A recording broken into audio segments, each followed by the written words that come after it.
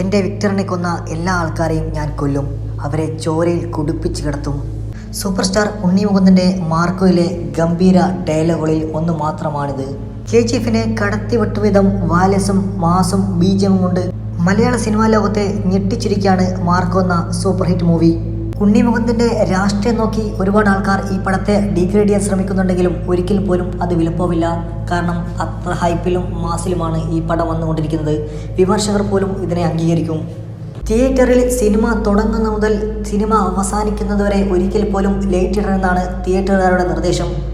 കാരണം അത്രയും മാസും വയലൻസും ഇതിൽ ഉൾപ്പെടുത്തിയിട്ടുണ്ട്.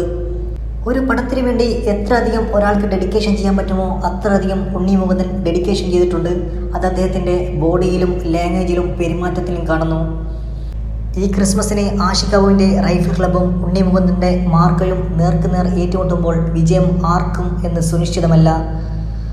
നിങ്ങളുടെ മുൻവിധികളും രാഷ്ട്രീയം മാറ്റിവെച്ച് ഈ പടം കാണുവാണെങ്കിൽ നിങ്ങൾക്കുള്ളത് പക്ക തിയേറ്റർ എക്സ്പീരിയൻസ് ആണ്. വീഡിയോ ഇഷ്ടപ്പെട്ടാൽ ലൈക്കും ഷെയർ ചെയ്യാൻ മറക്കല്ലേ.